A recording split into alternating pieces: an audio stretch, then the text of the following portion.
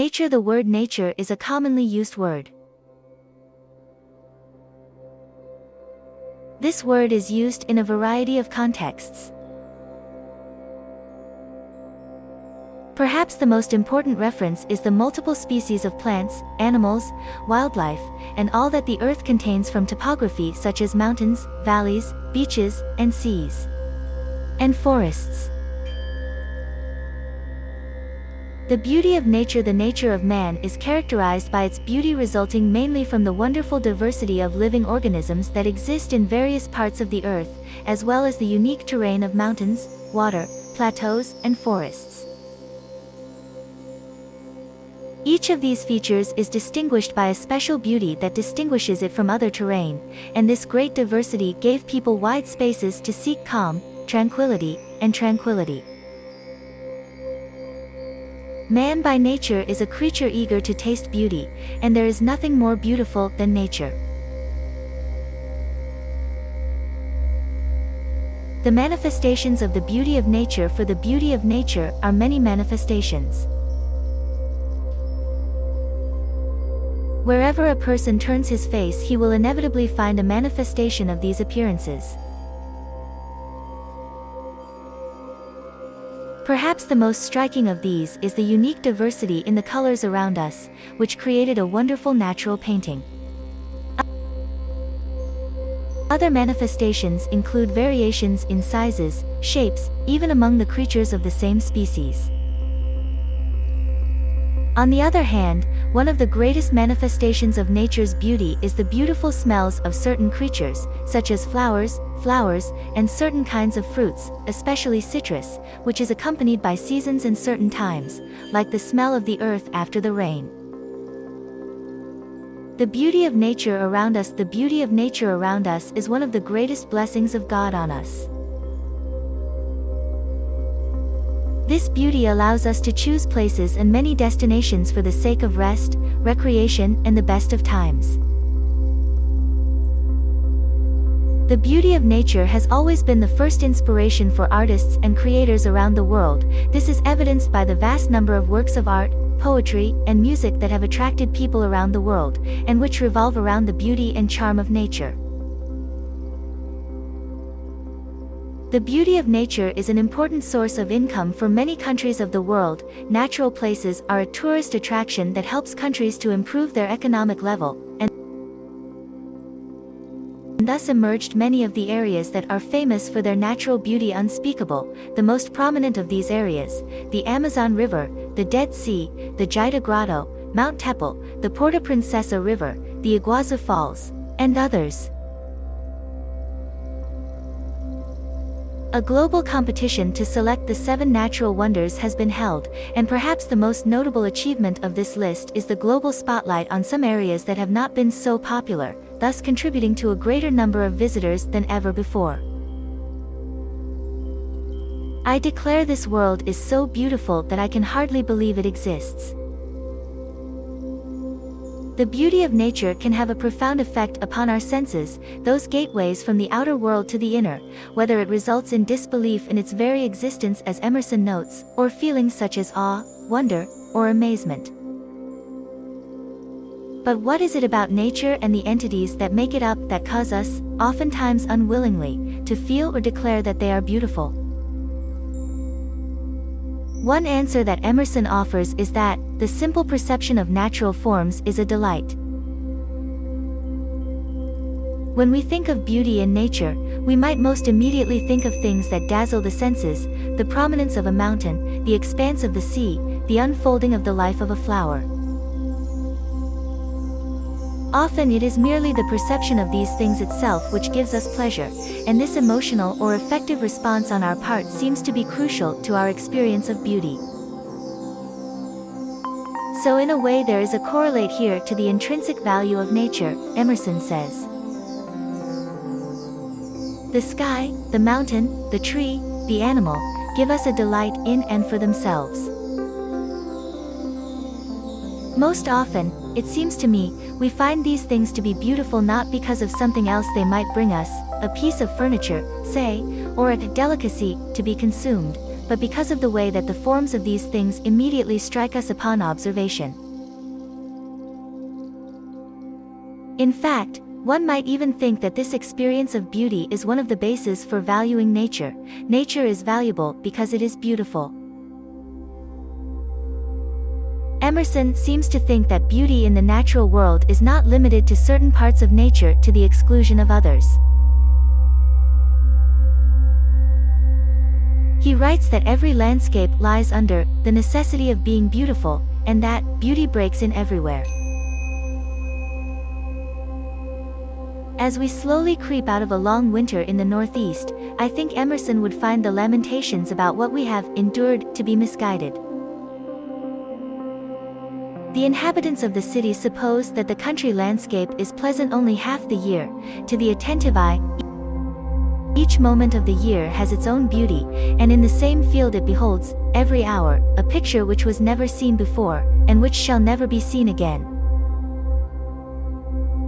The close observer of nature sees a river in constant flux, even when the river's water is frozen and everything appears to be static and unchanging for a time. Nature can reveal its beauty in all places and at all times to the eye that knows how to look for it. We can hear Emerson wrangle with himself on this very point in the words of this journal entry.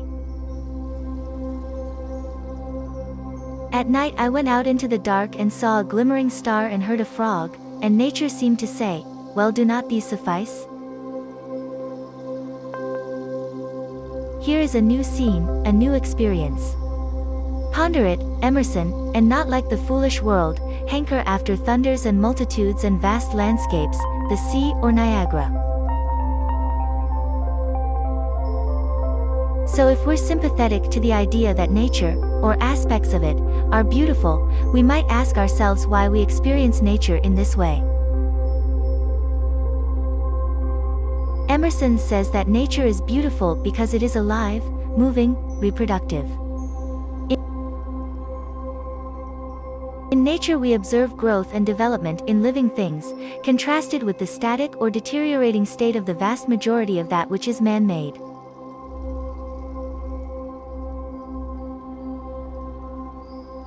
More generally, he writes, we ascribe beauty to that which has no superfluous parts, which exactly answers its end, which stands related to all things. He cites natural structures as lacking superfluities, an observation that in general has been confirmed by the advancement of biology. Furthermore, he says that whether talking about a human artifact or a natural organism, any increase of ability to achieve its end or goal is an increase in beauty. So in Emerson we might find the resources for seeing evolution and the drive to survive as a beautiful rather than an ugly process, governed by laws that tend to increase reproductive fitness and that we can understand through observation and inquiry.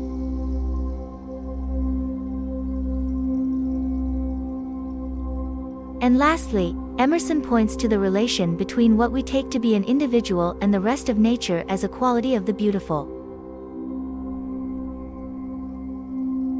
This consists in the power to suggest relation to the whole world, and so lift the object out of a pitiful individuality. In nature one doesn't come across individuals that are robustly independent from their environment, rather things are intimately interconnected with their surroundings in ways that we don't fully understand.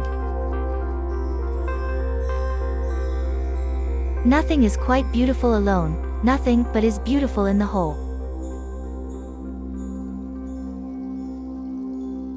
All of these qualities of beauty seem to go beyond the mere impression of sensible forms that we started with, and what they require is what also served as the basis of truth and goodness in nature. Deforestation trend. Deforestation is the highest of any major forest region, but trending downward. Between 2002 and 2019, Borneo lost 5.8 million hectares of primary forest, 15% of 2001 cover, Sumatra 3.8 million hectares, 25%, and Peninsular Malaysia 726,000 hectares, 14%. Indonesia accounted for 75% of primary forest loss in the region, compared with 25% for Malaysia. Indo-Burma. The Indo-Burma region includes a mix of tropical forest types, from mangroves to lowland rainforests to seasonal forests. Historical large-scale forest loss due to human population pressure means that surviving forests in this region are more fragmented than other regions mentioned so far. Most of the region's tree cover consists of plantations, crops, and secondary forests. The largest extent of primary forests in this region are in Myanmar, which has about 1/3 of the total area. Indo-Burma lost about 8% of its primary forests and 12% of its tree cover since 2001. Cambodia accounted for more than 1/3 of the region's primary forest loss during this period. Extent: 139 million hectares of tree cover, including 40 million hectares of primary forest, in 2020.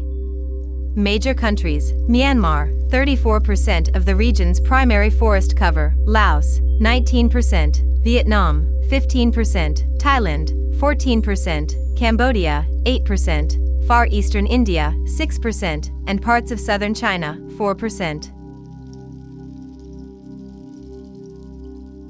Most famous species: elephants, 2 species of rhino, tigers, gibbons, leopards. Deforestation trend: the rate of primary forest loss was roughly flat over the past 20 years, while tree cover loss is accelerating. Cambodia accounted for 34% of primary forest loss, followed by Laos, 21%, Vietnam, 18%, and Myanmar, 16%. Cambodia lost over 28% of its 2001 primary forest cover over the period as natural forests were increasingly converted to plantations and industrial projects. Mesoamerica. Mesoamerican rainforests extend from southern Mexico to southern Panama. Costa Rica's rainforests are arguably the best known in the region thanks to its world-famous ecotourism industry, but the country ranks 5th in terms of primary forest cover. Extent: 51 million hectares of tree cover, including 16 million hectares of primary forest, in 2020.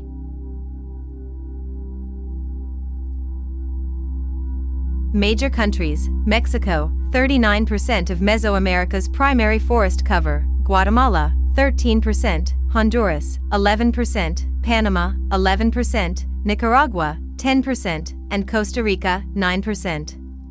Most famous species: jaguar, puma, tapir, peccary.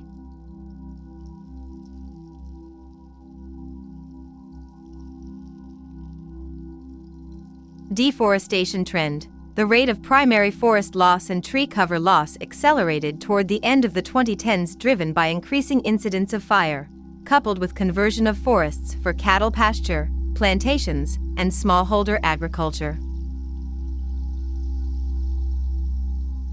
Mexico, 534,000 hectares of primary forest loss, Guatemala, 480,000, and Nicaragua, 460,000, lost the greatest area of primary forest between 2002 and 2019.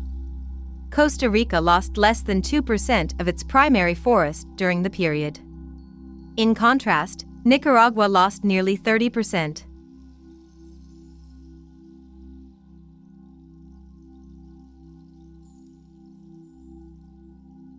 Wallacea.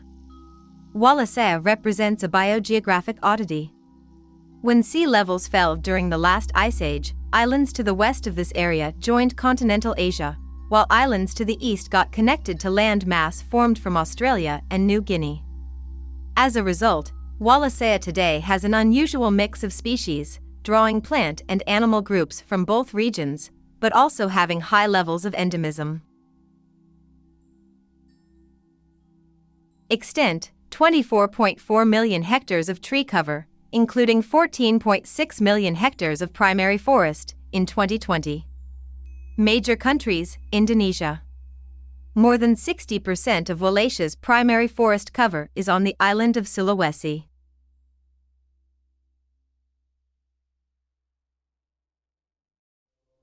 The Maluku Islands account for 34%. Most famous species: babirusa, tarsiers and various monkeys, hornbills, cuscus. Deforestation trend. The rate of primary forest loss and tree cover loss jumped in 2015 and 2016 following a particularly bad fire season. Deforestation for industrial plantations, including oil palm and coconut, increased in the 2010s. Guinean forests of West Africa. The Guinean forests of West Africa consists of the lowland tropical forests that extend from Liberia and Sierra Leone to the Nigeria-Cameroon border. These forests have been greatly diminished by agriculture, including subsistence farming by smallholders and commercial cacao, timber, and oil palm plantations. Extent: 42 million hectares of tree cover, including 10.2 million hectares of primary forest, in 2020. Major countries: Liberia, 41% of the region's primary forest cover, Cameroon, 17%, Nigeria, 17%, Côte d'Ivoire, 10%, and Ghana, 10%. Most famous species: gorillas and chimps, pygmy hippo, various monkey species. Deforestation trend. The rate of primary forest loss has been rising since the mid-2000s. Tree cover loss sharply accelerated in the 2010s. While Côte d'Ivoire accounted for only an eighth of the region's primary forest cover in 2001, it had nearly 40% of total primary forest loss between 2002 and 2019. The country lost about a third of its total primary forests in less than 20 years. Atlantic forest. The Atlantic forest once extended from northeastern Brazil into the hinterlands of Argentina and Paraguay. Today it has been greatly reduced by agriculture and urbanization. Most of the tree cover in this region is crops, plantations, or secondary forests. Extent: 89 million hectares of tree cover, including 9.3 million hectares of primary forest, in 2020. Major countries: Brazil, 86% of the region's primary forest cover, Argentina, 9.5%, and Paraguay, 4%. Most famous species: jaguar, puma, golden lion tamarin, howler monkeys. Deforestation trend. The rate of primary forest loss in the Atlantic forest, known as the Mata Atlantica in Brazil, has slowed since the 20th century, with annual deforestation remaining relatively flat.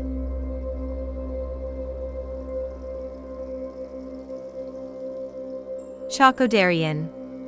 The Chaco rainforest extends from southern Panama and along the Pacific coast of South America through Colombia and Ecuador.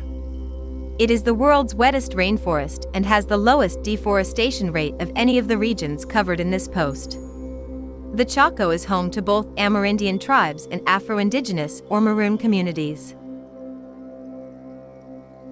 Extent: 15.6 million hectares of tree cover, including 8.4 million hectares of primary forest, in 2020. Major countries: Colombia, 79% of the region's primary forest cover, Panama, 13%, and Ecuador, 8%. Most famous species: jaguar, puma, various monkeys. Deforestation trend. Primary forest loss in the Chaco amounted to 1.4% of its 2001 extent between 2002 and 2019. Ecuador and Panama accounted for a disproportionately large share of this loss.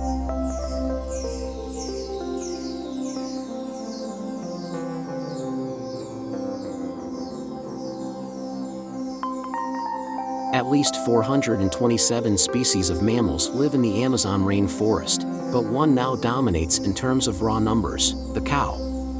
Cattle farming accounts for up to 80% of deforested land. In 2018, Brazil exported some $6 billion worth of beef, more than any other country in history. While stringent supply chain standards make Europe a difficult market for Amazon producers, countries in Africa and Asia, particularly China, are less discerning. The law requires small farmers to maintain 80% of the forest on their land, but the penalties do not deter livestock farming. Oliveira, the rancher in União Bandeirantes, cannot legally sell his cattle owing to embargoes placed by the environmental regulator. Instead, he sells animals at a discount to a middleman, who sells them to Friggin, the biggest slaughterhouse in the state, without a problem. Slaughterhouses often turn a blind eye to the source of cattle that arrives via third parties, a state of affairs the owner of Friggin, João Goncalves, happily admits exists. Striding confidently around his vast plant as a line of cow carcasses is gutted by white-clothed employees on his production line, Goncalves talks with a lifetime of certainty about the benefits of expansion into the Amazon. His slaughterhouse will soon be the biggest in Brazil, according to the company, killing a cow every 8 seconds. His company exports nearly 40,000 tons of beef each year to Hong Kong, Egypt, Russia, Saudi Arabia, Switzerland, and Denmark. Throughout the industry, accountability is scarce. The Brazilian company JBS, a global leader in beef production, has been fined millions of dollars for buying cattle from farms under embargo. American agribusinesses Bunge and Cargill are among the largest players in the export of 14.9 million tons of soy from the Amazon annually, used primarily as a livestock feed. They have also been fined millions for sourcing soy from off-limits areas. For at least some working in the Amazon, the environment is simply irrelevant. We came here to open up this region, so now let's leave it? It's not logical, is it? Asks Goncalves, the slaughterhouse owner.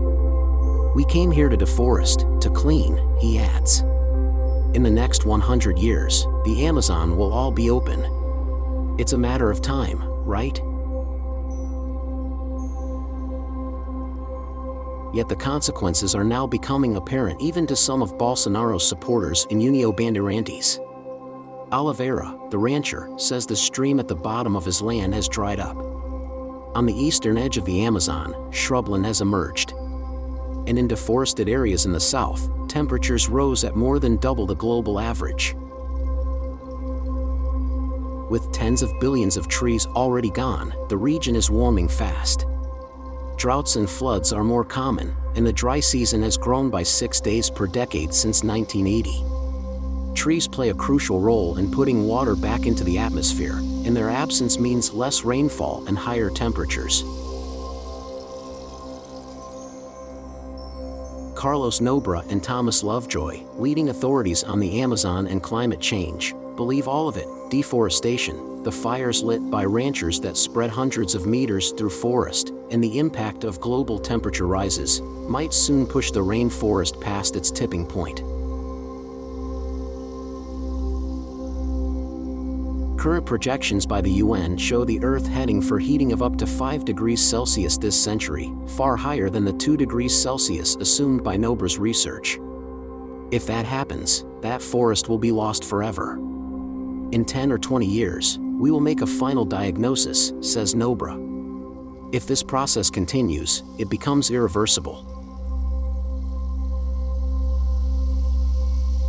The forces set in play in the Amazon could have serious global consequences. The forest stores up to 120 billion metric tons of carbon, equivalent to almost 12 years of global emissions at current rates. If cleared, much of that will go into the atmosphere. That alone could push the global climate beyond safe limits.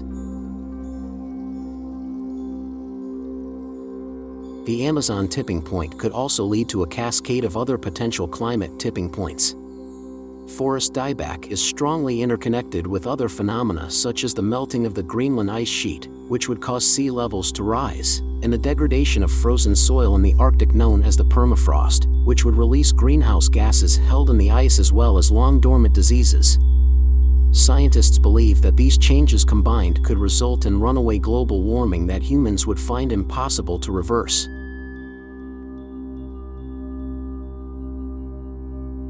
To avoid the worst-case scenario, the heart of the Amazon must be spared. Although 19.8% of the 1.5 million square mi of the Brazilian rainforest has been conquered, mostly along its south and east, swaths of the west and center remain intact. But that might soon change. From the vanquished terrain of Rondônia, a decaying highway roves north into the forest. The BR-319 bisects the Purus-Madeira Basin, one of the most preserved parts of the forest, where wildlife such as nocturnal two-toed sloths, woolly monkeys and teju lizards live undisturbed. The military inaugurated the highway in 1973 to connect Porto Velho, the capital of Rondônia, with Manaus, the largest city in the Amazon. Yet within a few years, the 550-mile road fell into disrepair, reclaimed by grass and weeds. Jaguars and anacondas would cross the asphalt, flecked with meter-wide potholes and rusting road signs.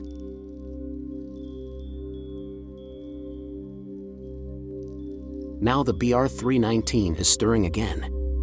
On this road lies Realidade, which frontiersman Bertola has called home for the past 6 years. There, the lumberyards are opening fast and the telltale fishbone tracks already mark the jungle. Today, Realidade has 21 evangelical churches and 3 chainsaw repairmen. It is a harsh life in the midst of the forest. The newly arrived face the threats of malaria, deadly snakes, and persistent torrential rain. At times it feels like the forest is fighting back against the invasion. Everyone who comes up this road comes with a dream to find wealth, Bertola says with a sigh. Here, they only find suffering. But we do not desist. Bertola, like around 5,000 fellow travelers in recent years, moved in anticipation that the BR-319 would be repaved. But, despite much debate, nothing was done, and the road deteriorated. In July, Bolsonaro committed to repaving the highway with all certainty. But paving the road will transform the geography of deforestation by creating easy access to an area of forest bigger than Germany and Holland combined, according to Philip Fernside, a professor at the National Institute of Amazonian Research.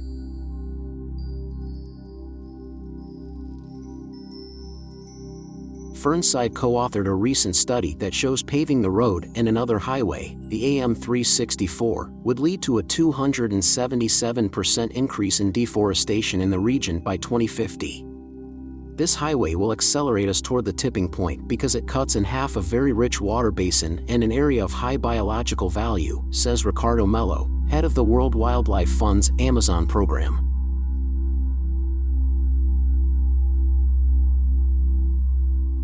But if the worst happens, it will be felt first by those forging livelihoods on the frontier. The decline in rainfall would parch farmland and cause widespread drought. Lower river levels would have a knock-on effect on boat transport, the fishing industry, and hydroelectric power generation. If the tipping point is reached, the Amazon's economy would be largely destroyed.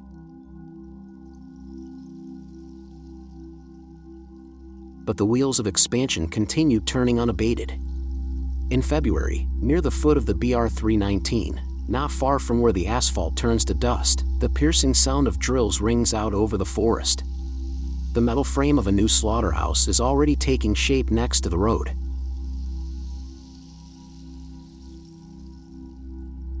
In the Carapunas Reserve, the once distant hum of chainsaws and gunshots grows louder. Katika worries every day about the future. The invaders, she says, do not understand that they are in a place that is not their own. But it is the prospects facing her grandchildren that worry her most. She cannot imagine a future for them without the forest. The tribal lands are her world, she says. As the sun glows through the branches in a clearing near her village, and spider monkeys scamper in the canopy above, her eyes remain alive with defiance. If I die, she says, I die here.